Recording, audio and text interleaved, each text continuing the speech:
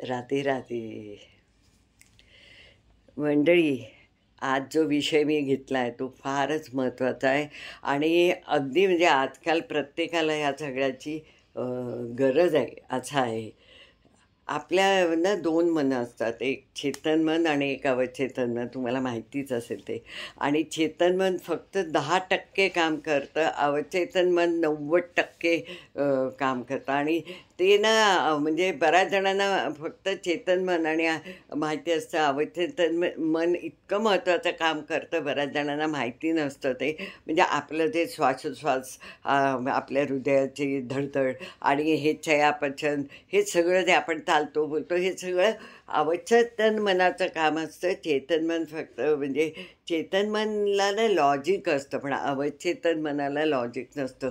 ते कम्प्युटर असतं, तुम्ही जी कमांड देता ते ते एक्सेप्ट करतं. म्हणजे प्रत्येक गोष्ट चांगल्या असो वाईट गोष्टी असो त्याला ते कळत नाही. तुम्ही कमांड द्या की मी ते करणार. त्याचं एक म्हणजे छोटंसं उदाहरण देते की आपण समजा, हे थोडं म्हणजे वाईट उदाहरण आहे पण ते सांगते म्हणजे तुम्हाला कळेल की मित्रामध्ये एखादा मुलगा बसतो, सगळे मित्र सिगरेट ओढत असतात आणि तो ओढत नाही. त्याला म्हणतात, काय यार तू ओढत नाहीस, बावळट, ते ओढ, काय नाही होत, आम्ही नाही का, आम्ही तुझ्याच वेळेत आम्ही ओढतो तर तुला काय झालं. मग त्याला एक सिगरेट देतात. पहिल्यांदा जेव्हा तो त्याचा काय ते झुरका म्हणतात तो घेतो, त्याला खोकला येतो, नाकाडोळ्यातनं पाणी येतं, तर बापरे अरे बापरे असं करतो. दुसऱ्या दिवशी परत जमल्यावर हे बघ, आम्हाला पण असंच झालं, एकदा घे बघ तर. मग तो दुसऱ्यांदा घेतो, थोडा त्रास कमी होतो, मग तीच. आणि मग त्याला त्याची सवय लागते आणि मग त्या मित्रांबरोबर असो किंवा एकटा असो त्याला ती सवय लागते.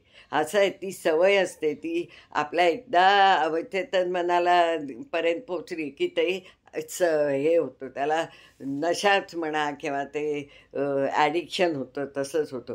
तसंच आपण जेव्हा लहान मुलं असतात ना त्यांना हे चेतन अवचेतन मन नसतं, सगळं एकच असतं ते, त्याच्यात फरक होत नाही. तर ते जे चेतन आणि अवचेतन मन फरक होत नाही त्याची मी एक गंमत सांगते की आपण मुलांना कसं अगदी 1-1.5 वर्षाचं मूल असतं, त्यांच्या घरात समजा कोणी वारतं मोठं, तर त्याला बिचारायला इनोसंट असतो, त्याला हे सगळं कळत नसतं, त्यामुळे तो मस्त आनंदी असतो, फिरतो, हे करतो.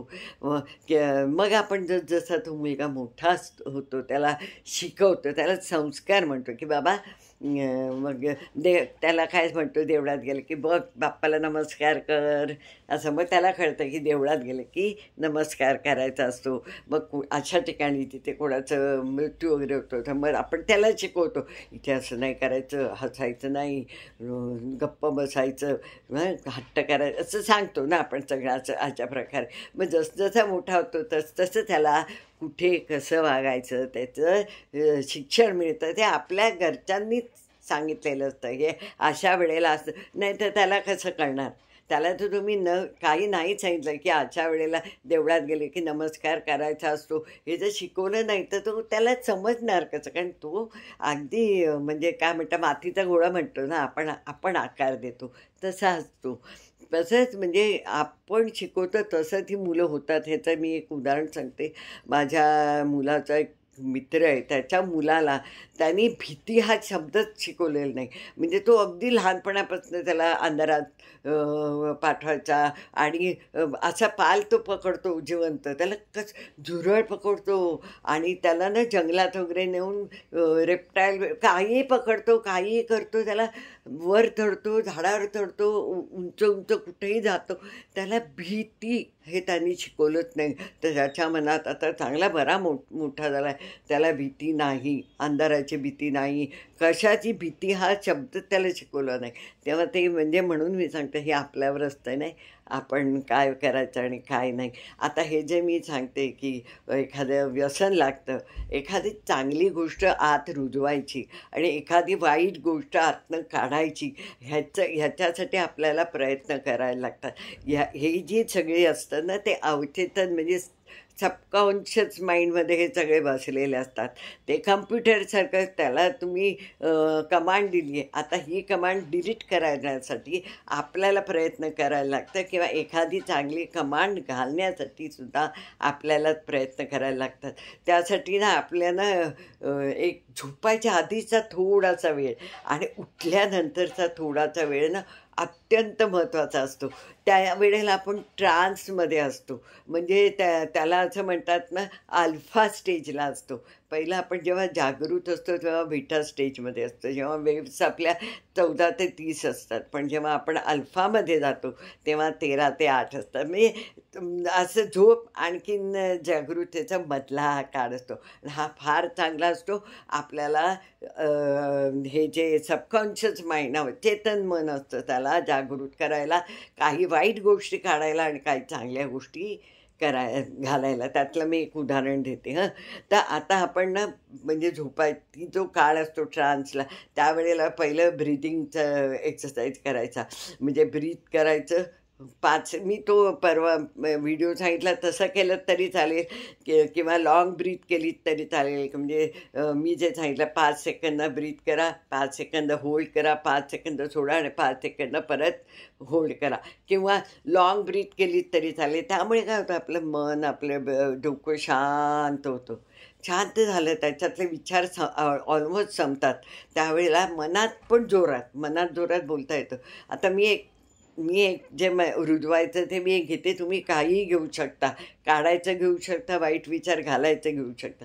की मला कॉन्फिडंट व्हायचं आहे, मला कॉन्फिडन्स आला आहे, मी कॉन्फिडंटच आहे, असं करून एक 5 वेळा जरा हळू, मग मोठ्याच्या 5व्यांदा मोठ्या आवाजात आतमध्ये म्हणायचं अगदी. आणि त्याच्याबरोबर इमोशन घालायचे की मला हे व्हायचंच आहे, मला 4 लोकांत बोलायला भीती वाटता कामा नाही, मी कुठलंही काम कॉन्फिडंटलीच करीन आणि मला म्हणजे स्टेजवर पण ते कॉन्फिडन्स आहे तो आला पाहिजे. म्हणजे जे काही तुम्हाला, मला काहीही बोलायला, काही काम करायला भीती वाटता कामा नये, असे पॉझिटिव्ह सगळे ॲफर्मेशन्स करायचे सतत सतत सतत सतत. आणि ते सजेशन आणि इमोशन हे जेव्हा एकत्र होतात त्यावेळेला ते आपोआप म्हणजे सतत म्हणतच राहायचं झोप येईपर्यंत. आणि मग आपल्याला झोप लागते. सकाळी उठलं की त्या ट्रान्समध्ये पण हेच काम करा. ब्रीदिंग करून मन शांत असतं ते अजून शांत करा. नंतर सजेशन द्या, कमांड द्या ही कम्प्युटरसारखी ब्रेनला की मला कॉन्फिडंट व्हायचं आहे, मी कॉन्फिडंट आहेच आणि मला कुठल्याही गोष्टीची काम करायला भीती वाटत नाही आहे आणि माझी भीतीच गेली आहे. आय एम व्हेरी कॉन्फिडंट, मला कॉन्फिडन्स आहे. हे जर का तुम्ही सतत म्हणलं आणि हे ना 21 दिवस का म्हणतात मी, ते 21 दिवसांनी ना पॅटर्न बदलतो. म्हणून प्रत्येक ठिकाणी बघा 21 दिवस करा किंवा 21 दिवस. रोज रात्री झोपताना एखाद्याला जर व्यसन असेल आणि ते सोडायची मनापासून इच्छा पाहिजे, प्रत्येक गोष्टीत विश्वास पाहिजे तुमचा. आणि मी करणार, स्वतःवर विश्वास नाही ठेवला तर जगावर काय ठेवणार तुम्ही. तेव्हा स्वतःवर विश्वास ठेवून म्हणायचं की मला समजा सिगरेट सोडायची, हे मी कॉन्फिडन्स असेल तसंच बोलायचं, नाही मला सिगरेट आवडत नाही, मला सिगरेट सोडायचीच आहे, मला नाही आवडत, मला मित्रांनी जरी आग्रह केला तरी मी नाही घेणार, माझंच तो चॉईस आहे, मित्र कोण माझ्यावर हवी होणार, मी सिगरेट सोडणार म्हणजे सोडणार.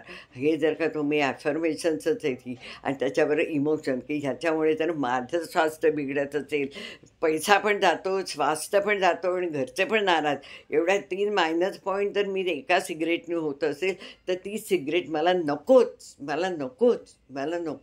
तुम्ही हे करा, तुमचं कुठलंही व्यसन, हे मी सिगरेट सांगितलं, तुम्ही आणि काही असेल, कुठलंही रिग्रेशन असेल तुम्हाला, ते ॲफर्मेशनमध्ये बोलून ते मनातनं काढा.